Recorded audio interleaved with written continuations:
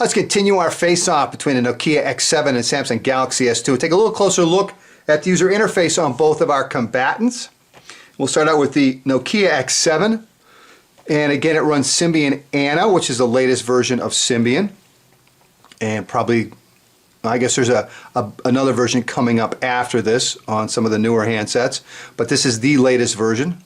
And they've redone the icons. Again, you've got 3 separate panels that you can customize with widgets, application shortcuts, bookmarks, folders, or contact information. Go into options, edit home screen, show you what some of the things you can do. Let's remove this. Just hold down on it, hit remove, and then hit tap, and we'll open up a menu of the different widgets that are available for you to add. And let's do, what do we want to do? We'll do Reuters top news. And there it is, and we hit done, and it goes on the internet, grabs it, and that's how you add or subtract a widget. And again, you can have a separate wallpaper, as you can see, for each one of the display panels. You've also got some great little shortcuts built into the home screen. If you tap on the Profile General, it opens up the Profile Manager. If you tap on the date, it will open up the calendar. If you tap on the time, it will open up the clock as well as world clock to set a new alarm. If you tap on the upper left-hand corner, it'll give you the time, battery condition. Also, it'll tap to the connectivity manager, which is pretty nice. So you've got a nice little shortcut there. And you can go directly to either one of the areas that are connected at that time as well. Tapping on the battery tells you power savings. So that's pretty slick. So those are nice. Take a look at the Galaxy S2. You've got 7 different panels that you can customize.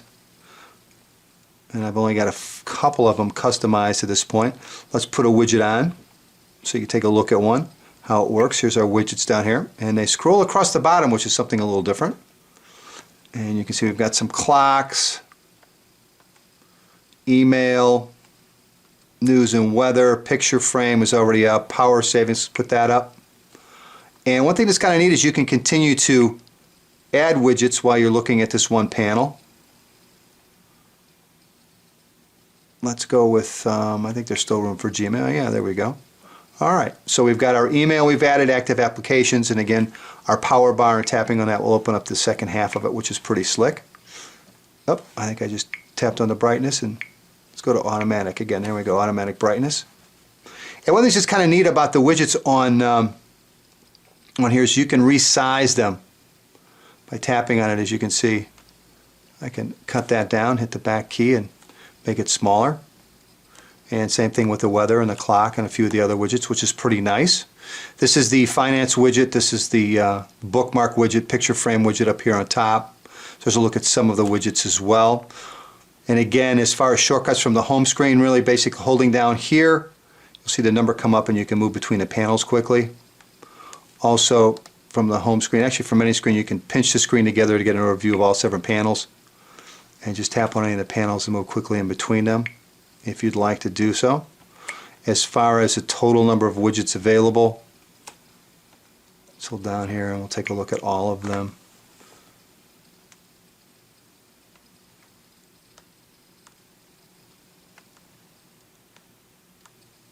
And again, as you download applications, you'll download more widgets. But you've got stock, finance, voice.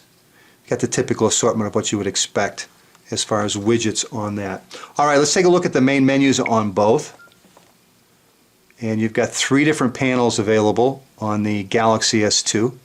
And we'll go into, you can have it set up as list view, which is alphabetical, or grid view, which is not alphabetical, and the order is annoying. It's one of the few things about this phone I don't like. You have to memorize where things are, or you can move them around. You can go into edit mode and move everything around. You can add folders, add a page. I mean, it really lets you set it up however you'd like, but it would be nice if it was just from the get you had a couple. You could set it up alphabetically, so you can edit it and you can share apps from there as well, and the list view. On the X7, you've got basically one page, but again, you can look at it in different views. You've got a list view as well, as you can see. Let's go back to our grid view. You can also add folders. You can create folders and move applications around. Set up a new folder as well. Also, you can move applications from within folders out. Easy for me to say. So in other words, if we wanted to move the game folder out of the applications folder, we can hold on it there, hold on it again, and move the folder. And we can say, let's move it to the root folder. And it's done now. And so when we go back to our applications, if we scroll down, we now have games.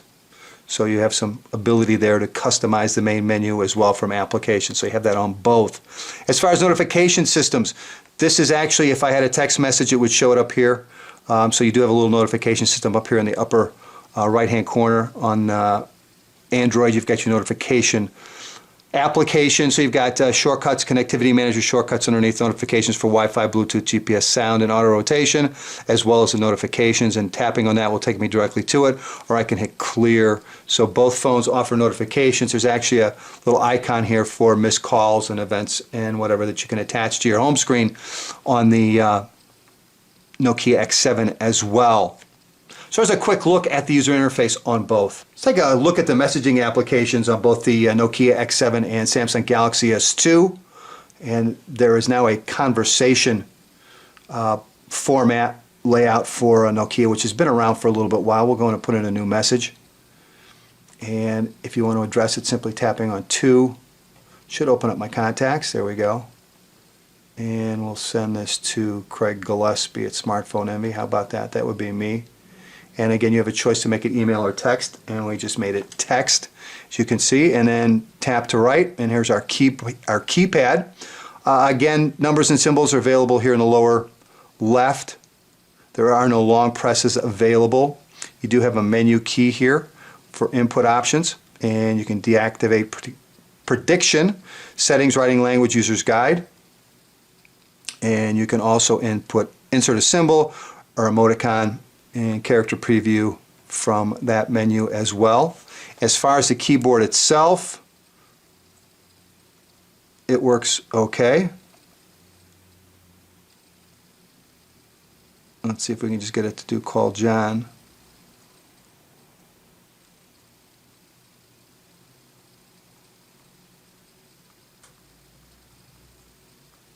Tuesday, yeah. Just fine, no problems. Again, the keys seem a bit small to me for a 4-inch screen. That seems like they would be normal, about that size in portrait, but obviously I'm wrong. What else have we got? Directional keys back and forth, enter key, delete key, at button. And again, whatever you decide you want to put into the message, you always have to hit your enter key down here in the lower left hand corner, and that pops it into the message, and then hit send, tap on the envelope, and it's off. Now the other thing you have on the on the Nokia X7 is speech to text to do a message. Text Craig, call John on Tuesday.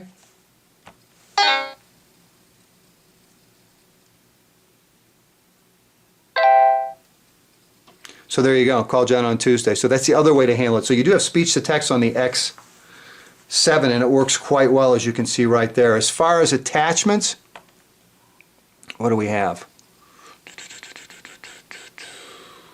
Well, it's not giving us, where's our attachments? Come on. All right, let's go back. We'll save it for now. Let's go back here under our conversations. Let's open this up. And options, add, attachments. Here's our attachments.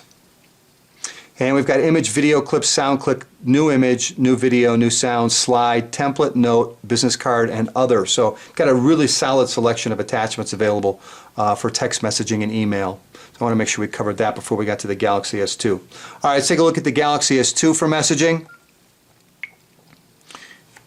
And we'll add a new message, and we'll hold down on here and take a look at our input methods. And you've got the Samsung keypad, which is what we'll look at initially, and then you've got swipe. So here's your Samsung keypad. As you can see right there, you've got speech to text. call John on Tuesday. Works quite well. You're not getting capitalization, but that works quite well. Keypad, you've got your settings here in the lower right hand corner. T9, we'll turn that on. Alright, and again your numbers and symbols lower left hand corner. Up. There we go. As you can see right there. And on your main menu you'll pull up smileys and slides and other things you can add to it. Got your enter key, back key as well. Let's go in and let's change this to, actually before I do that, let's take a look at this in landscape. So you gotta look at that. That was supposed to be hour.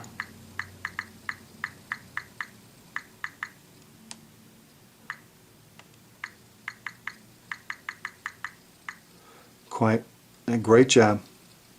All right, let's go in and take a look at swipe. Input method. I'm going to swipe. There's a swipe keypad. And back. There we go. There's your swipe keypad. And we'll go for all the kings men. Fire all the kings men. Pretty close for me actually with swipe. So there's your swipe keypad, and again you've got long press for smiley faces up here, long press for @ so you've got both numbers and accents and symbols on the with long press. Speech to text lower right so you don't lose that. Language change right here, and again you have numbers and symbols if you need them, if you want a full page of them as well in the lower left. So there's a look at the text input methods. Let's take a look at attachments. Again, you've got pictures, capture pictures, so you've got a link directly to the camera as well as the gallery. Same thing for video, audio, location, contacts, calendar, memo, tasks. So pretty close. Both of them have a very good assortment of available attachments when sending a text or email.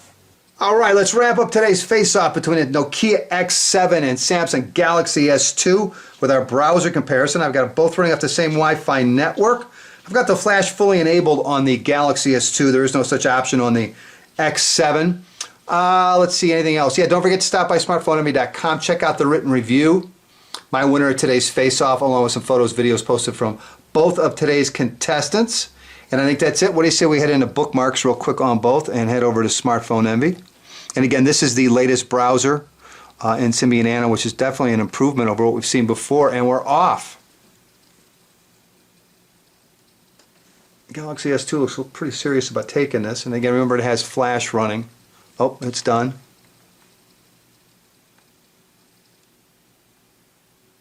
And we'll double tap to zoom in. There we go. Little hiccup there. Jeez Louise. I'm going to get rid of this thing. Double tap to zoom out. I don't know if we have any rendering issues. Here we go. We've got the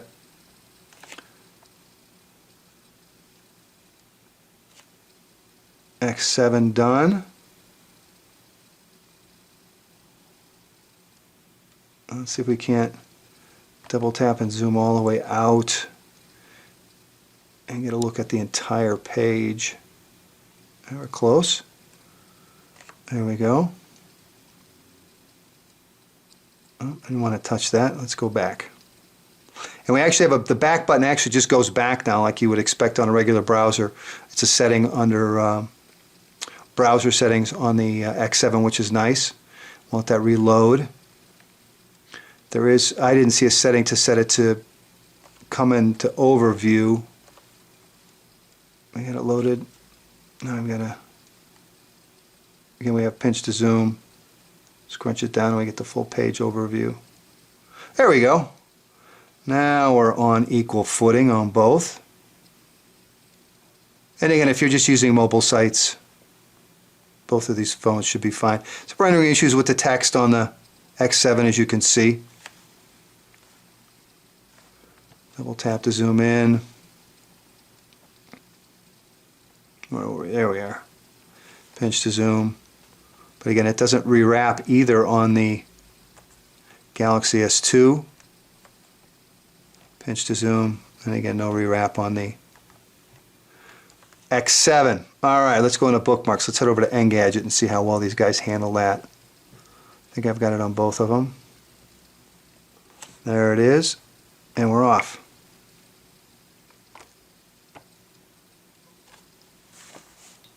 Well, I really wasn't worried about the X7 being quicker on the internet than the GS2, so there we go. This GS2 is fully loaded. Again, extremely smooth.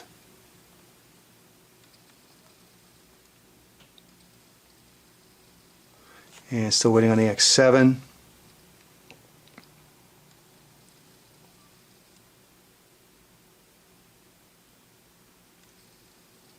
All right. See if we can get it down to size now where we can see the view the whole page.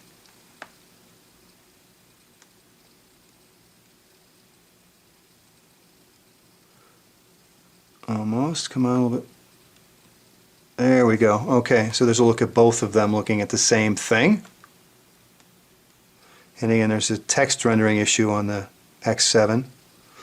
And while it's not one of the best browsers I've ever used, as a mild understatement, it is better than what Nokia had before. So the updates to ANA have been beneficial. I think the real, let's go back to a mobile view on the Nokia X7, and I think you'll see that it works quite well. Not too bad, but again, you're going to want to stick with mobile and not play with the big boys and go to full websites. See, it works great that way. So let's look at our browsers, and overall between the two phones, I guess if they're giving away the X7 for free and the Galaxy S2 is $500, I might pick up an X7, but between the two, there's really no comparison. The Galaxy S2 is so far superior to the X7, it's just unbelievable. So anyway, there's a look at our face-off today, and I usually don't comment, but I did want to let you know that there's a huge difference here between these two. Anyway, I hope that's been helpful. Take care.